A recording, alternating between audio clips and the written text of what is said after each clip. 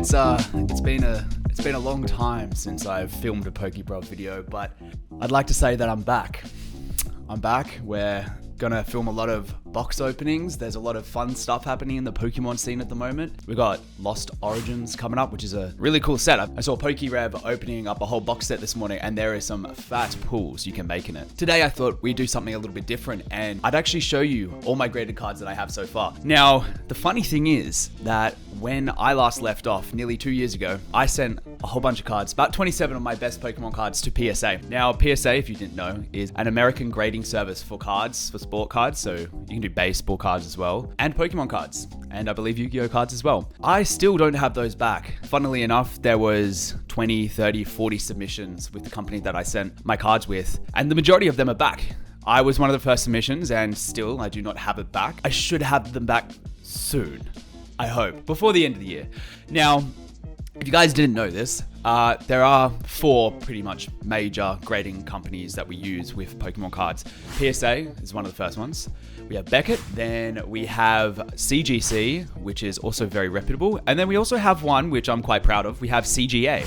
CGA is Card Grading Australia, and that's actually a company that I sent a lot of my cards to recently as well. So over the last couple of months, whilst I've been away from the Pokemon scene, I have collected a whole bunch of PSA, CGA, and CGC cards. I don't actually have any Beckett cards here, but you rarely see them being sold on eBay Marketplace for what I'm normally finding. Now, the cards I'm showing you today, they may not be the most expensive cards, but the thing that I like about Pokemon is the artworks. If you didn't already know this, I teach multimedia and I'm trained in arts and all that crafty stuff, and I just really appreciate the artwork. So a lot of these graded cards that I'm going to show you today, I bought because I thought they looked really cool. I'll also show you a whole set of cards that some of them are quite expensive that I plan on sending to CGA in the near future.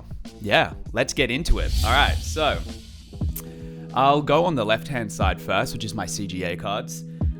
So this is the very first card we have, which is a Vending Machine Series 2 Japanese card. Not all of these cards are holographic, but because they're specific to their time, they're very old. This is 1998. Love him. But yeah, it's a Machoke. I think the artwork's really cool. I don't know if it's coming up on the camera very well, but he's got this really cool thick outline, which I think just makes it very unique. And you'll notice that a lot with a lot of the vending machine cards from Japan. So yeah, that's my first card. We now have this card as well, which is a Mewtwo. Also Vending Machine Series 2. It's graded as 7 near mint. I guess it's just like, I can't say they're really cool for every single card. You guys just want to just look at them, have a gaze. But honestly, yeah, I love this card. I love Mewtwo, one of my favorite Pokemons, especially Gengar as well. I think he's awesome too. If you guys didn't know as well, graded cards from pretty much all companies, they are on a scale of 1 to 10, 10 being the most minty mint card. Now, even if you pull a pack fresh card, doesn't necessarily mean that you're going to get a 10, because to get a 10, you need to consider the holographic quality. You also need to consider the whitening, potentially on the edges. You also need to consider the centering of the card. And even if you have a pack fresh card, some of those things might be defected. If you've ever seen like an off-center card, you get off-center grading as well. And this is a cool one. This is 1999 base set Charmander. So I do have a couple of, I've got the whole complete base set as well that I sent to PSA and that I have in my collection as well, but these are just some extra ones here. So an 8.5. We've got a holographic Ninetales in a 5, which is an interesting one. You look at some of these cards, you'd be like, wow, that's a 5. I wouldn't have thought so considering the quality of it. You can see that this is pretty nice quality. I would have actually thought that it would have been higher by a 5. But the thing about these cases as well, they kind of hide the defects in the card itself, that you might not actually see some scratches on the top of the card where you would in real life if you had the card just in your hand raw. Now this is a really cool one. This is what I got into quite recently, is collecting Top Sun cards. If you didn't know, Top Sun actually became before first edition base set cards. So arguably they're some of the oldest Pokemon cards in existence. Yeah, so I've got a couple of those. Keep your eyes out for that when I'm going through them. We got the good old classic base set Pikachu. You got to have one of those in your collection as an 8.5. This one's a fun one. This is a first edition Team Rocket challenge. I just really love the artwork on this. Anything that has Snorlax in it, particularly, I love. Nearly done for the CGA cards, and then we've got a first edition Clefairy. Once again, it's down to the artworks because I just like it because it's a Clefairy on a swing. I think it looks a little bit stupid. You also notice that its grading is 90. So CGA used to do a rating scale of 0 to 100. I guess just following the standards that PSA and Beckett GC use. They do a 1 to 10. So you can see why they moved over to it. All right, cool. PSA. So this is a 2016 20th anniversary first edition Mew. Very nice looking card. You'll notice as well, as far as PSA goes, that they, alongside Beckett, often have the best value for the card too. If you can, you try and get your cards graded with PSA, but being in Australia, we're kind of limited in how long it takes, but also how expensive it is. So I spent about $17 per card 2 years ago, and now I've seen prices at like $150 not too long ago per card. It's a Charmander. Hell yeah. From Blueback. Top Sun. We've got Lieutenant Surgeon's Electabuzz in a 7. We've got a Shadowless Machop in an 8. Pretty clean. So you see that's an 8, but then you have a look at the sides, the centering, it almost looks perfect. So you could imagine how difficult it is to actually get a 10 in a PSA. This is one of my favorite most recent cards. It's a green and red Gengar card. It's in a PSA 5. It's beautiful. It's one of the first Gengar cards. I think it might actually be the first Gengar card ever released in Pokemon. So it's really awesome to own this in my collection. We've also got a Squirtle in a PSA 4. He's pretty cute. We've got Nidoking, which is awesome as well, in a PSA 6.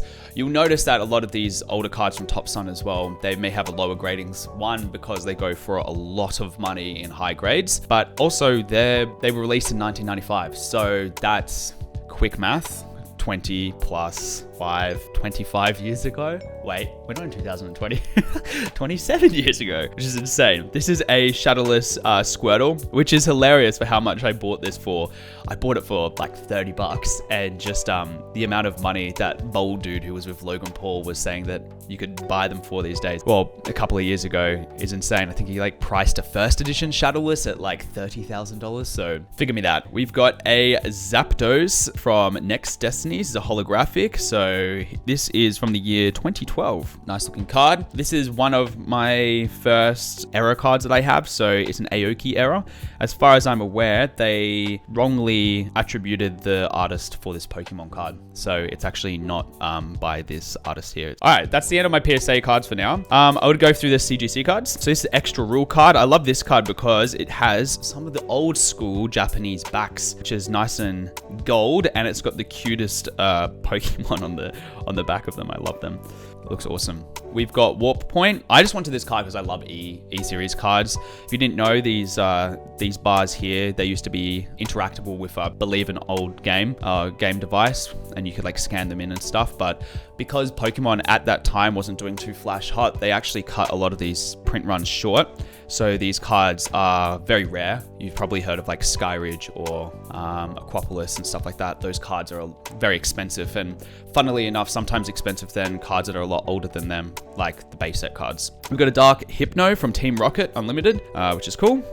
I like him with his holographic print. And then we've got a Pikachu Black Star promo. If you didn't know what a Black Star promo is, it's just that Black Star that we have there. I like collecting Black Star promos from the earlier eras. Now, what I'm going to go into next is a bunch of cards that I have just in top loaders, so what I would consider a raw card. And these are cards that are all potential to get graded, honestly. So some, actually not all of them, potential to get graded because it does cost a little bit of money. I think it's about $13 or so per card to send to CGA with about a month turnaround. So yeah, I'll just show you a few cards that I bought recently, which would be in this pack, and also some that I'm definitely going to get graded. So keep your eyes out for this because there are some awesome cards in here that are actually quite rare. So we got a Yveltal, or however you pronounce that. It's just from the EX era, which I believe is it's going to be like, we're going to have the introduction or the reintroduction of EX cards in the new series series of Pokemon cards as well. We've got this Greninja from the Celebrations, Gold Star, and it's also a Black Star promo. I got this from a seller on eBay because he took way too long to send me the cards I bought from him. We've got Ash's Staraptor, just a fun card. It's got like a little special design on it, so I thought that was cool. We've got a cool set coming up. We've got the Topsun Abra. We've got a Topsun Kadabra. And can you guess the rest? It's a Topsun Alakazam. So awesome set. Would be great to see them graded together, which you'd ideally want all the grades of a set to be the same. So it's a bit of a difficult one. You hope that you get them all the same. Now, this one is one of my favorite cards. It's promo card. I would like to remember the name on the top of my head, but I can't. I'll put it on the screen for you guys. Illustration on it is insane. And you'll also notice that the quality of it is also insane. There is a little bit of whitening on the top right corner, and the centering looks pretty good to me. You can't actually tell the centering too much considering it's got like a wobbly border, but definitely in the realms of 8 to 10 in a PSA or CGA, which is most likely what I'm sending it to. This set as well is an interesting one. This is a Babanuki card. Babanuki is a game that I actually haven't played. My wife has played before, and Gengar is the Babanuki in the game. So this is really cool. I've seen some of them sell for a decent amount on eBay. I think the Gengar was selling for like $70 or so, which is cool because I got the Babanuki set with all these cards upcoming for only about $40. I did have to get it from overseas, got it sold from Japan, and they all have the same back like this. So they're all pack fresh from a Babanuki set. Got the Charmander as well. We've got Bulbasaur. We've got the Mew. And then we've got one of a really weird card. Have fun trying to comprehend this image right here. It's actually a Moo Moo Milk card, and that there is actually a Sentret, I believe, a Pokemon lying underneath getting fed a detached milk udder. It's so weird, but I think it's a very fun card, and it would be awesome to get it graded as well because of how weird it is, and I just like weird cards. We've got this one here, a Lizardo. I believe this is actually a sticker. So they do grade stickers at PSA and like CGA as well, so that would be cool to get this guy graded. I love the backs on them. It reminds me of like the Game Boy style old school games. We've got Pocket Monsters, which is also a very old set. So this is our Magikarp. We've got another Topsun Nidoqueen, looking good.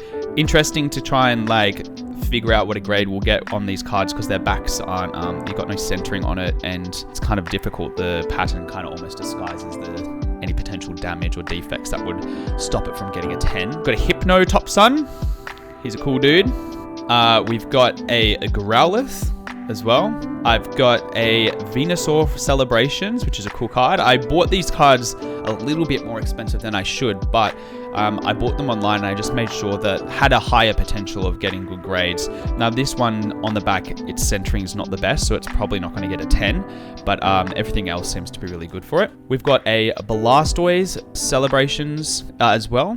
I do have, oh no, I don't have the Charizard Celebrations. That's annoying, but I will get it. Don't you worry. We got the Pokemon Go Radiant Charizard. One of my favorite recent sets is the Pokemon Go set, where we have the Radiant Blastoise as well, and we also have the Radiant Venusaur. So that would be awesome to see those graded together as well, hopefully with similar grades. I believe this is a Latias. I think it's a movie promo as well, so it's a little bit of a rarer one. I'll get that graded as well. The Japanese print quality is normally really good. You can see that the corners there are really nice, so should be decent. We then also have one of my favorite recent Pokemon cards, the Pikachu illustration here, which is awesome. I'd love to see that in a good grade. And the last two cards is a Pikachu set with his little friends, starter Pokemons. This is quite pricey as well. It's graded highly, so a little white speck in that, but I know that's not on the card, so yeah, we've got that. And then my last one is a cute Ditto, which has a nice little foil. I really hope that in the new sets of Pokemon cards, they kind of go back to the simplicity of centering the Pokemon and letting there be quite a large foil area that lets it breathe and it's really sparkly. I think that's what most people actually enjoy. I don't know about you guys, but I actually prefer seeing cards breathe and not being clustered for the whole page, like the full arts. I do like some full arts. I just think that sometimes it looks better where it's just a little bit more simpler and we let the artwork shine through. With that said, guys, I actually want to ask for your help. I want you guys to, if you enjoyed the video, hit the bell notification and let me know in the comment section below what you'd like to see in upcoming videos. I obviously have the new Lost Origins set coming out, which I'll open on camera, which will be a whole booster box. We've also got a really interesting set that if you guys want to get your hands on is a trick or treat style Gengar set where it's meant to actually be for trick or treating. I think it's called Trick or Trade. Yeah, I'll put it on the screen. It has similar icons as the 25th celebrations, except it's Halloween themed. So that's a really cool set that I'll open on camera too. When I get CGA back in a couple of weeks, I'll be able to open that on camera for you guys as well. And then obviously when I get PSA back, I'll be able to do that as well.